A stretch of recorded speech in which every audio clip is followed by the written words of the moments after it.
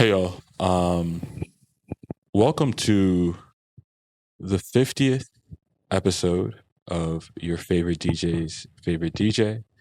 Thank you guys for sticking with me this long.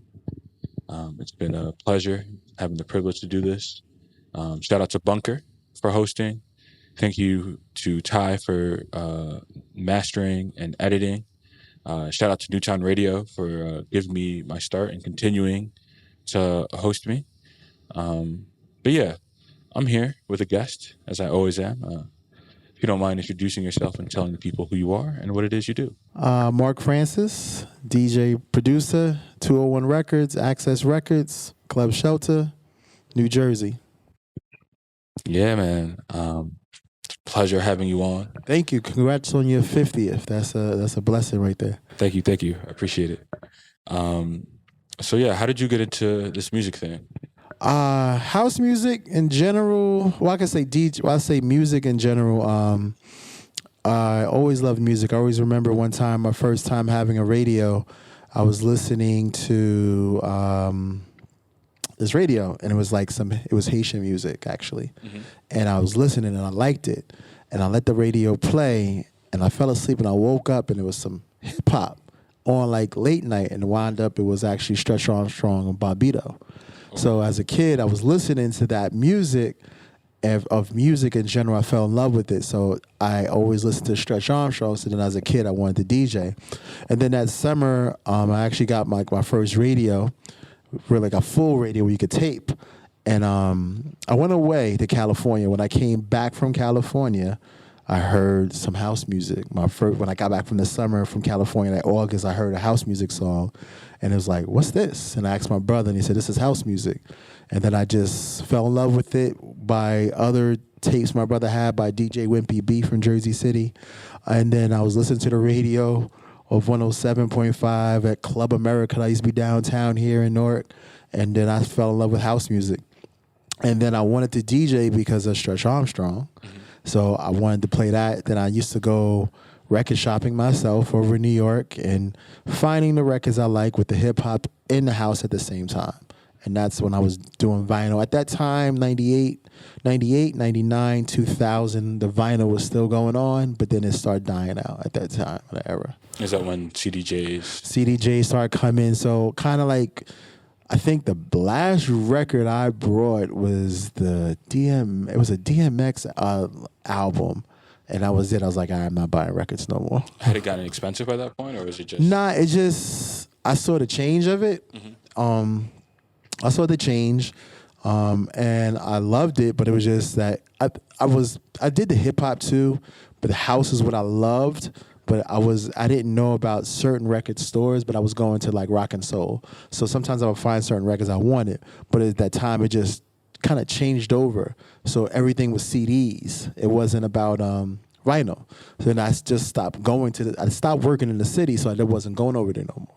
So, yeah, at that time. You mentioned a lot how like you're doing house, but you're also doing a little bit of hip hop. Yeah. Can you talk a little bit, because I think it's a lot different now, about how dance music and hip hop were kind of tied together at the hip, if you will. Back then or now? Back then. It was. I feel like, when like one of the DJs that I loved that I followed was Stretch Armstrong. He was smooth mixing and cutting, and I loved that about it. And his transitions back then, this is how house music is writing, bringing one record to another. Not just, he wasn't like doing the party style of DJing. So when he was on for 5 hours, it was more blending and mixing and cutting and playing the right record. So back then it was a good transition of it in the music. And most of the times at the parties in New York was downstairs was house, upstairs was hip hop in New York City. Yeah. When you say the party style DJing, what does that look like as opposed to like the smooth blends? So like the hip hop, like when you go to clubs, is more. Give an example was where they're using this, right?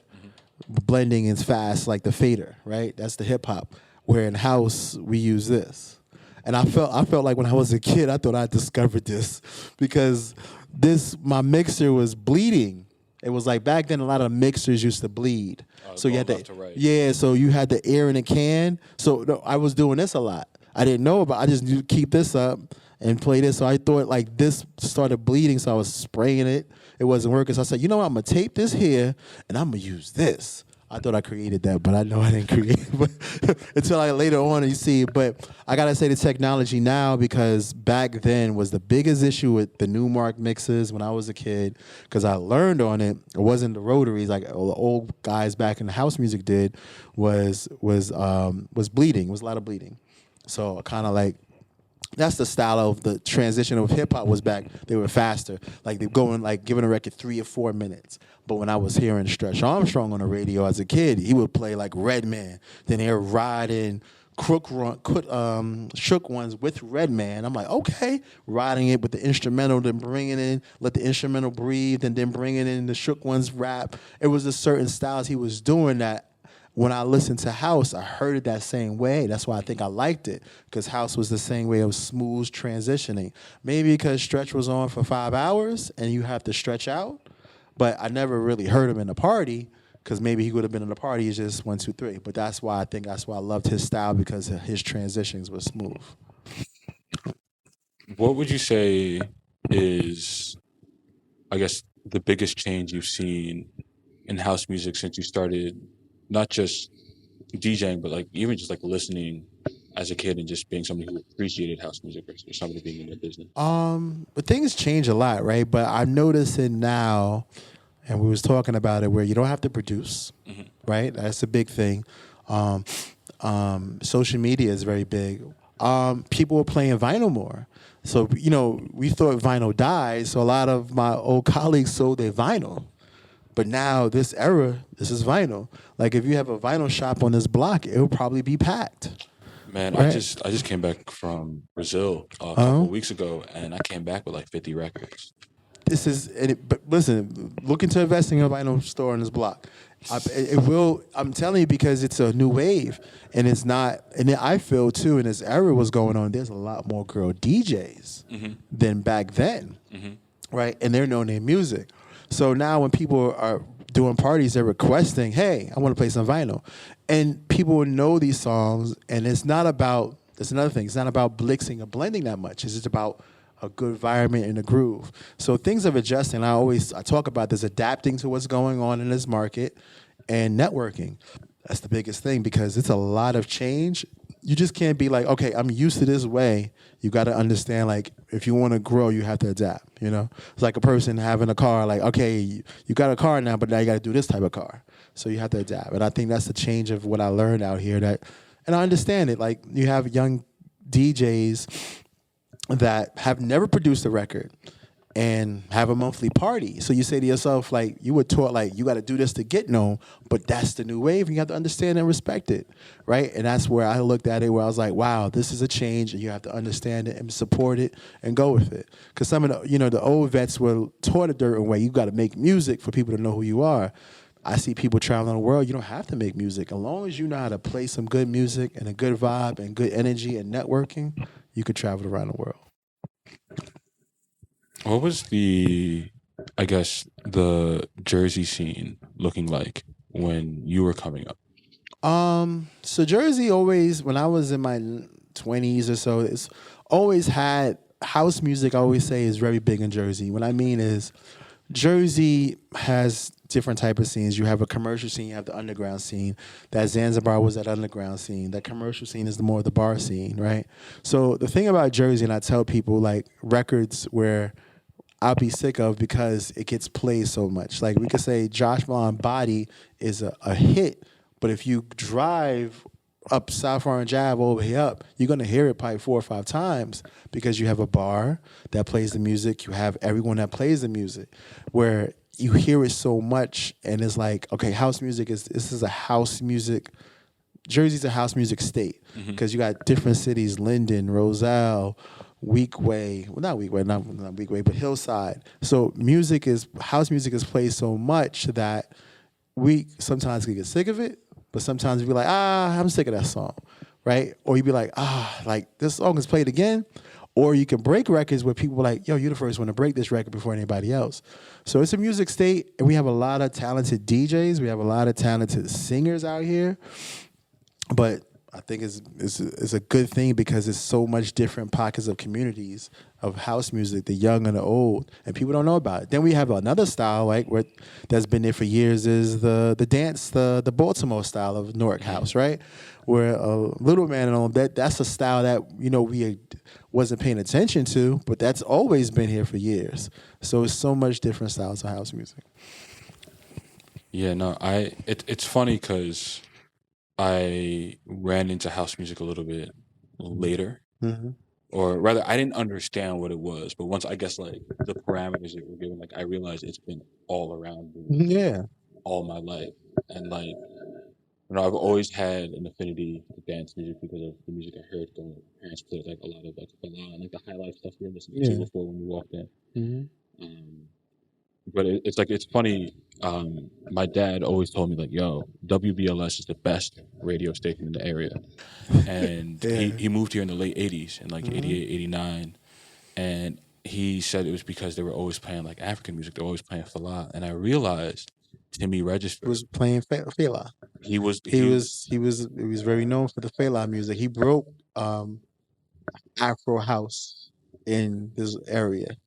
Playing Fela, and that was very big, and that was playing like the vinyl, and no mixing is just playing it there. So that's always been a big thing in that house music scene. That's music, that's everything, right? The culture of it. I think like sometimes you have music where you don't understand what they're saying, but it's beautiful. And that's why it speaks to you in another way. It speaks to you in another way. Yeah, I think an artist told me one time one of her songs. I said, "This is one of my favorite songs. What are you saying?" She's like, "I actually was telling the producer, are you recording me? Really? I didn't know that." That's what she was saying. She's explaining to me what it said in English, but on the song, it sounds crazy, like da da da da da da. Like really, it just we don't know, but everybody else know in their culture and their dialect. Yeah. Yeah. Can you talk a little bit about what it was like to, I guess, start working with Shelter? Was it in the mid 2000s? 2008. I actually it all started from Adam Rios. I met Adam because I lived in Newark. I was living up there by the Colonnades, and I used to play basketball all the time. And Branch Brook? Branch Brook Park all the time. I lived around there. And at that time, I used to play there all the time. I would play with Adam, but I didn't know who Adam was. And then one day I go to the Shelter. I used to go to Shelter early morning. So I'm going to the Shelter. I see him walking out.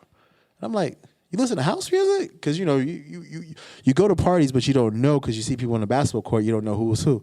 He's like, "Yeah." And I heard of his name. And he's like, "I'm Adam Rios." I say, "Really?"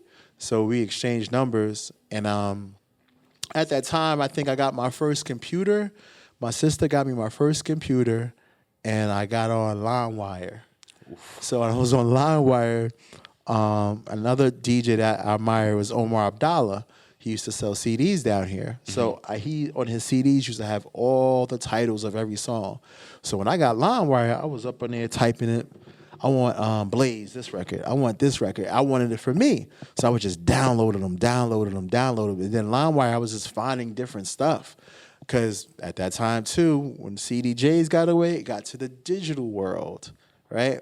So now it came of, back then CDJs was out, but then it transitioned 2008 about going online and getting your music. So now it wasn't like a company was coming in here giving you a CD. Before it was giving you the vinyl. Now it was giving you the promo CDs. Now it's like you got to find your music around that era. So I was getting music and I was finding some different stuff at that time, and I was giving it to Adam. They had a program called AIM, and used to send music through AIM. And he would get it, and he would let Timmy hear. Like Timmy was like, "What's this? This is different." Because at that time, those guys wasn't going. There was no vinyl stores. The CDJ era was there, but it wasn't like people used to give them stuff. You had to find your stuff. So Timmy was like, "Hey man, you have a good ear for music. How about being my A&R for for Club Shelter?" Okay. So then I started doing that, and then I got he pushed me into DJing. So Cool. What's been your favorite part of, I guess, like your journey so far? I enjoy it. I think meeting different people. You get to travel around the world. I've been a lot of places. Keeping relationships, enjoying the music. I always love what I do. I do have another life. I do work. I have married with kids, but I balance that. But I think producing is, I got fun in it. I like being different when I play. So my thing is I always have this thing is when someone books you, you don't want to be like the local people. If they book you, you don't want to play like the local DJ. You want to stand out a little bit different to say like, wow. Because you can come in and play everything they play, but it's like, if you're a guest, what did you do different? It doesn't hit the same. It doesn't hit the same. It the way you want somebody to say like, yo, he played this, wow. And you can mix some other stuff in, but it's going to be a difference. So I'm very about doing my homework. I'm all about listening to music. I still treat like when I used to go record shopping every week, I look for music every week. I'm looking for something different. I try to do, if I play anywhere, at least about 5 or 7 new things in my set. I might mix to some things, I know who the crowd is, but I'm going to try to give you something new. Okay. Yeah. All right. So we're gonna pivot a little bit, and we're gonna play some songs that you sent me that just resonate with you. Gotcha. So we're gonna play this first one. I think if you're a friend of the show, you should recognize this, and if not, shame on me. That's on me. But yeah.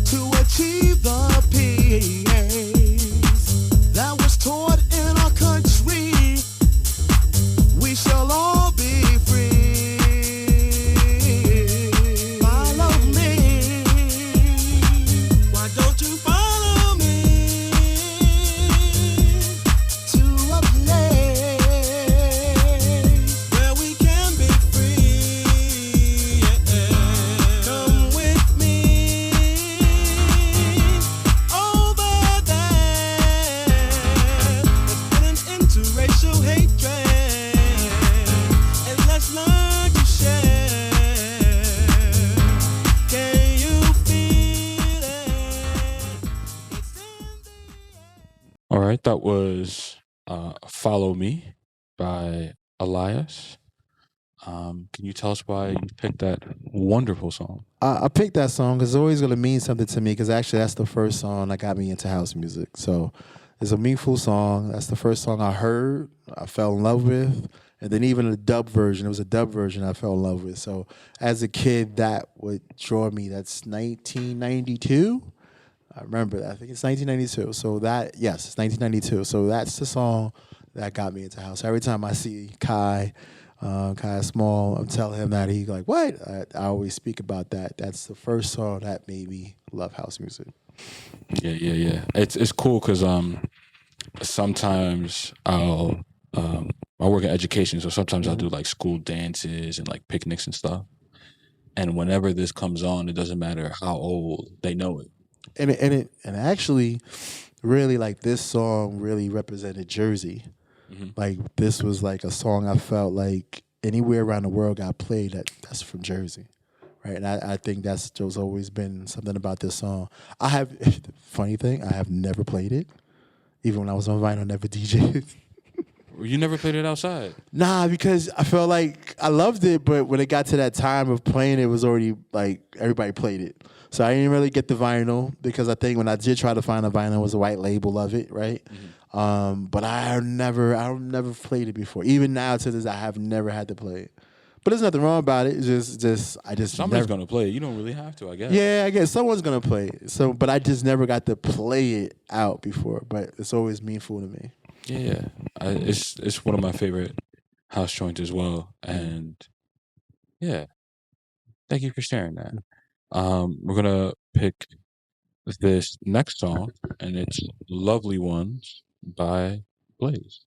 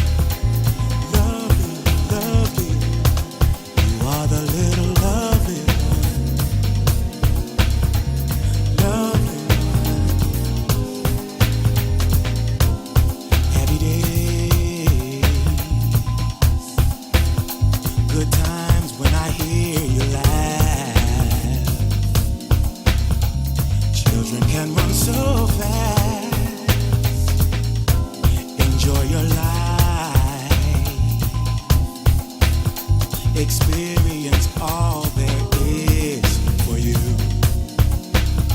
There is so much for you to do. We need you to know that we are here for you, because there's some things that you must go through. This future of ours will live in you. We dedicate this song to your lives.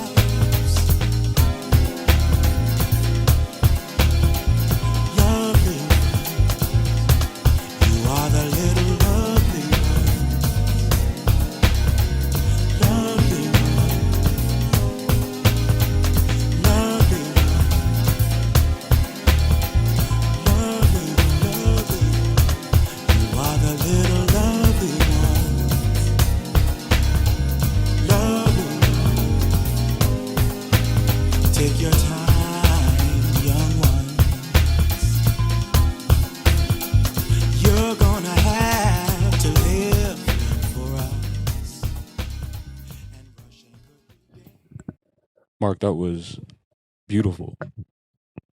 So the reason I picked this song is I remember around, I think I never got to the shelter at Hubert Street, but at the time I heard the shelter closed, and that was around the time of 9/11. So when 9/11 happened, shelter was closed because it was in that area. So on the shelter site, somebody told me the shelter site, that song was on the shelter site on repeat, just for like only 3 minutes of it. So it would be just saying, coming soon, put it on the mailing list. So when I worked at this job, I would just put that on all day with the headphones and listen to that song. I couldn't, because you couldn't hear it, like, shelter was closed, so no one was really on the radio, I don't think, at that time. I think it was, but just hearing that song, I didn't know what that, I was like, wow, what is this? And I think that opened me up to more of the deep house music, because you heard like the basic stuff, right? And like I always tell this story where I was on a boat ride around that time. When I heard the song, I was on a boat ride, and my friend with BB that got me into house music too, we're hearing his mixes, he was upstairs and Naeem Johnson was downstairs. Okay. And then I went downstairs and I met I didn't know Naeem, and Naeem had a table full of CDs. So I brought the CD. I brought like one CD. I was like, let me check this out. Because I was like, you play some house music? Okay. But the CD had all these hits that I like finally. And this is this is back in 2000. In 2000. Shout out Jersey again. Yeah. So 2000, and it had the Kings of Tomorrow finally. It had Pure, Monique Bingham on it. So I was hearing this stuff like, wow, this is hot. I burned the CD so much that it was skipping. And I was like, yo, I need another CD like this, somebody. They was like, you got to go to Newark, New Jersey. I said, where? Downtown. I said, Newark, New Jersey, downtown? Yeah, you can get all those house musics like that. So I came over here one day to shop, and I had the CD. I was asking this guy on the cart, yo, you have a CD like this? He's like, you got to go see my man on Market in Halsey. I said, okay. I walked over there, and I met the gentleman, rest in peace, is one of my good friends, Max. We came to be best friends. He was like, I don't have Naeem, but I got Omar Abdallah. I was like, for real? He would play me the stuff. And I was like, wow, what's this? This is, I knew it was house, but it was like, I never heard these records. And then some of the stuff I did hear, he had on CV, like Lovely Ones. And it was like, he said the CDs, like he was selling them for $3 for $25. I bought $300 worth.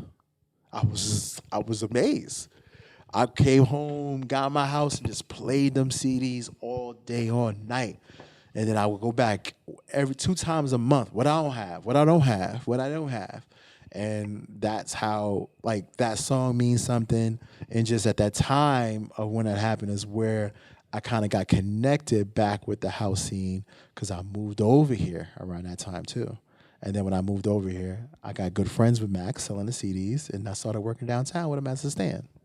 So that's all connection. So house music really like did a lot for my life. So like if I moved over here, but then I connected with all my house brothers. When I connected with Max, Max introduced me to Omar Abdallah.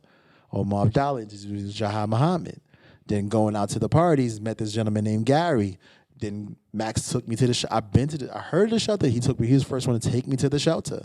Then when I found out how to get to the shelter, I was going to the shelter every day by myself because I was catching a train at the Colonnade, by the Colonnades Pavilion. Right. So it was just a connection of house, of all these people through the house music scene. I built a relationship, and I was the youngest one, like 21, so everybody was like 10 years older than me. So they always called me the baby. And we used to do a party right around the corner called the G Spot, right across the street from the YMCA, right by the Chicken Shack. That's Gary. Gary Gardner. You know what's crazy? I know, we worked together for a little bit. Okay, so I'm good friends with. That's how. Yeah. I went to Gary's first. I met Gary because that's the first day I met Omar Abdallah. Max told me he was playing for Gary's birthday party at Wyclef Studios.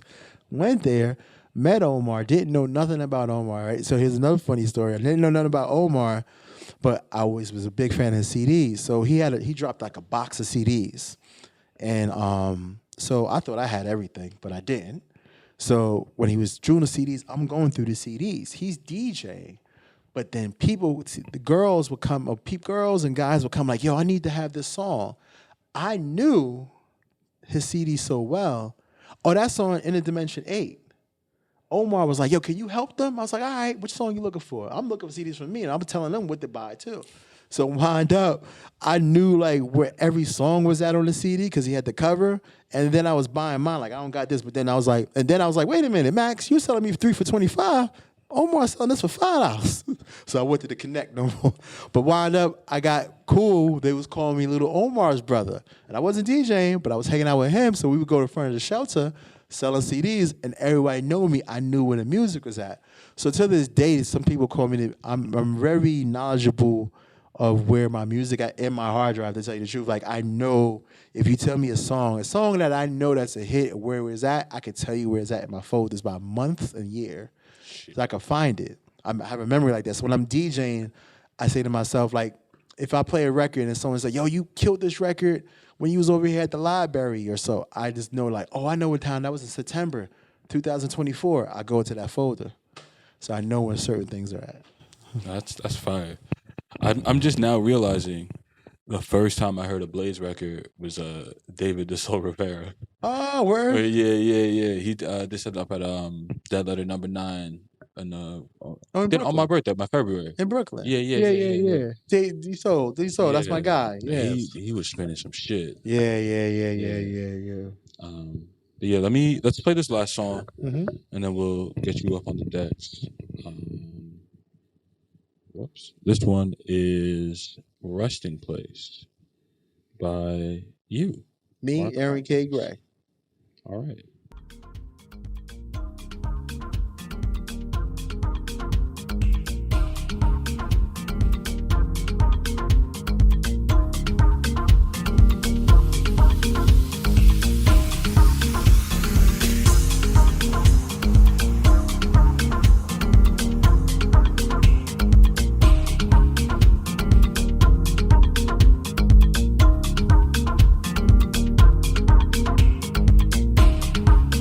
Heavenly Father, here I am.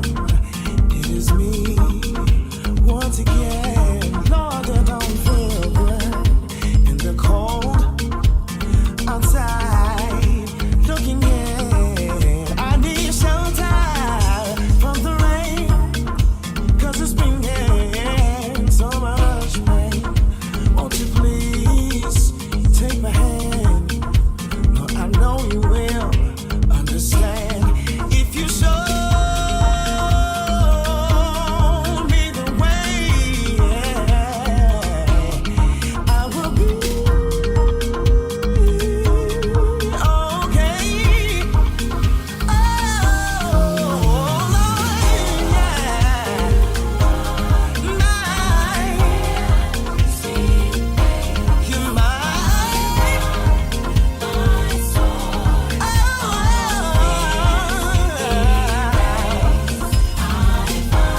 in you, security.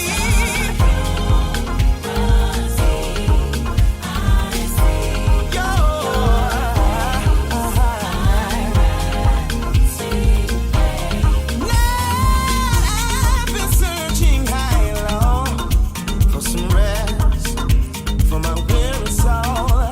Travel far across this land, even go through desert sand. Try to find some relief, searching for inner peace. Wow, gotta find it. If you show me the way, I will be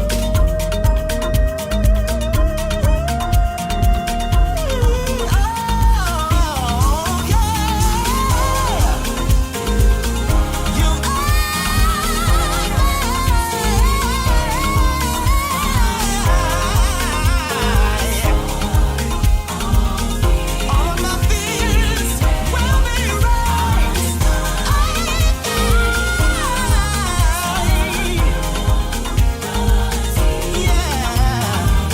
I see your face, my.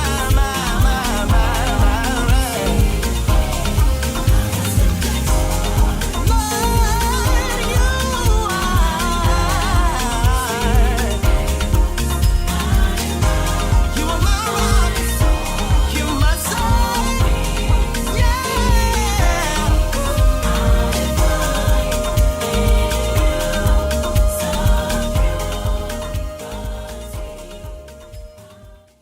That was also another gorgeous cut, very soulful.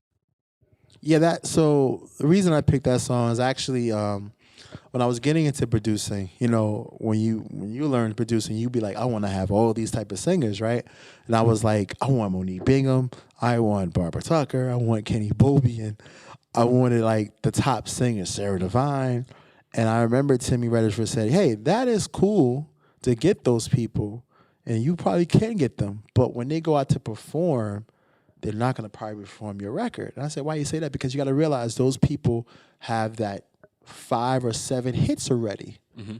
So they do your record for you. If your record is not going to be in that rotation, it's not going to get played.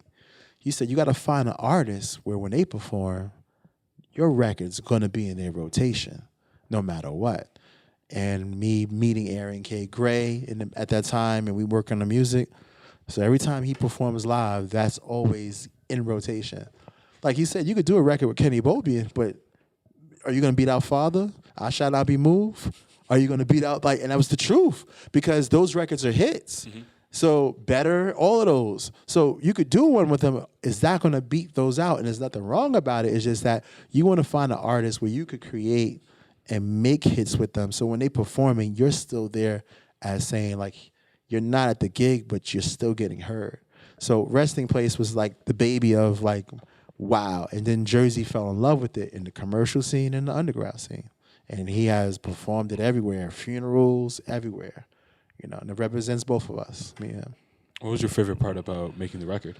It was I had everybody in the studio recording that day, getting the girl Carissa Nicole. She's the one that sung on Stuck on You. Having her do the backgrounds, putting that vision together. Another person that was involved really is a Dietrich Haddon cover. And a gentleman, Junior White, did the Dietrich Haddon cover. And I remember was playing the Dietrich Haddon version of it. So I hit him. I said, hey, I have an idea. I said, I think Aaron K. Gray is saying, didn't know that him and Aaron did some stuff too before in gospel out of it. Mm-hmm. So he sent me the vocals. And when he sent me the track of the Dietrich Haddon. So I just extended it. And then I had my musician play some more keys and stuff on it. And we knocked it out in one day. And it was just like, wow. And then that's my first time get to see how Aaron works. And it's very professional how he knocks out stuff. And we did it. It was real cool. Before I get you on the decks, if you could let the folks know what you got coming up at the end of May, beginning of June this summer. Well, in end of May, I'm in Brooklyn actually tomorrow. A party that me and the gentleman Rare Jordan, we're doing a party called Some Shit. That's how we call it, Some Shit. So just playing some music. And then end of May, I'm in London. Me at Jazz, Jimster, Terry Hunter. We're doing a big party out there in London. Through the whole summer, I'm actually going to be at Waneco Park. That should be announced. You got Plainfield House Music Event. You got one in Rawway, Chicago. So busy summer. Are you doing the Lincoln Park here? No, I'm not doing Lincoln Park, but they're celebrating 20 years this year. Wow. Okay. So it's going to be big, but I'm always going to be there to support them because I'm very good friends with all of them. And even if we don't get picked, we still there to support them because we love the movement. Lincoln Park is the one that started this in Jersey, like a house music. Like that was the place. If you didn't get on their roster, you'd be like, oh man, I got to wait another year. So, we have all these different cities, and I explain to people that all these mayors love house music, every mayor from different city, and they make a budget for it, and that's how it works. So, but I have a busy summer. Still have my 201 records. Mm-hmm. I try to push out a lot of new artists. I have a lot of new artists coming out soon, new producers, new people. Just give that platform for them, and just let the world hear them. And take it from there. And I have my Access records that I do and my productions and everything. All right. And where can the people find you online? I'm on Instagram, Mark H. Francis. Facebook, Mark Francis. Mostly that's what I do. Anything else, I don't really get into. Go Twitter. All right. Y'all, it's Mark Francis. He's about to push some buttons for us. This is your favorite DJ here at Bunkr today.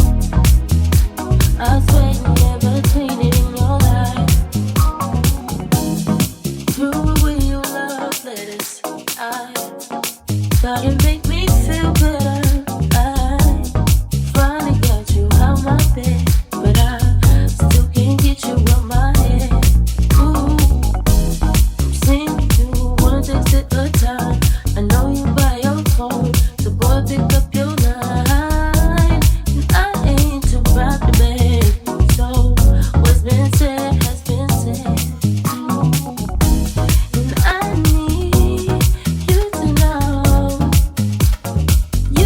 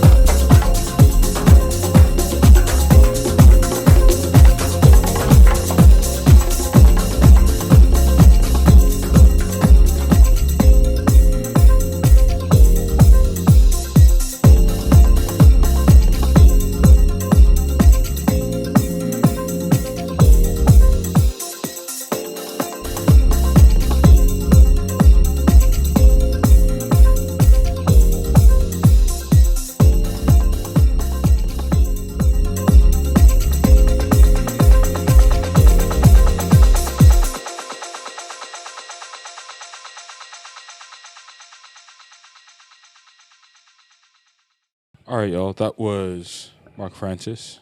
Dude, that was awesome. Something light, stuff that I rock at a party. Mix of some stuff that I produce, some stuff that's on 201, then a little bit of everybody else's stuff that you play. I try to play everybody's music. How long you been doing the record label? I started 2021. 2-1 Records. I wanted to represent something that's like a brand for me, so I thought about me living in Jersey City, and with the area code was 201. So I wanted to represent that with my glasses logo on it and push it from there. All right, yeah, cool. Just remind the people where they can find you, and again, what it is that you have coming up this summer. Sure. So I am on the Instagram and Facebook, Mark H. Francis. Like I said, I'm in London. If anyone from London, I'm out there on the 24th, the holiday weekend. Meet Jimster, Terry Hunter, and at Jazz. It's a Neil Pierce party, deep into soul, celebrating, I think, almost 14 years. And most of the summer, I'll be on a lot of outside events. I will post them. Tomorrow, I'm in Brooklyn at Now and Then, and that's how my schedule's going. All right. And yeah, guys, thank you for tuning in. Thank you for watching. Thank you for listening, wherever you are. This is the 50th installment of your favorite DJ's favorite DJ. When I started, wasn't really thinking this far ahead, so I'm just happy to be here and hope there's another 50 in store. And thank you again to you guys for supporting and letting me, I guess, like, put other people on. And congrats on that. Keep it pushing. Thank you, man. I appreciate it. Thank you to Ty for mixing and mastering. Thanks to Josh for the flyers. Shout out to Bunkr for the space. Shout out to Mark Brinda for giving me my start at Newtown Radio. And shout out to the Newtown Radio family, Strangers Live, Like That Records, Flower Shark over at Hang Time. Thank you guys as well for supporting and doing the things that you do for the community out in Brooklyn. That's enough yapping for me. I hope you guys really enjoyed this. It's really special. And yeah, leaving you with a bunch of peace and love. Peace out, you. Ciao.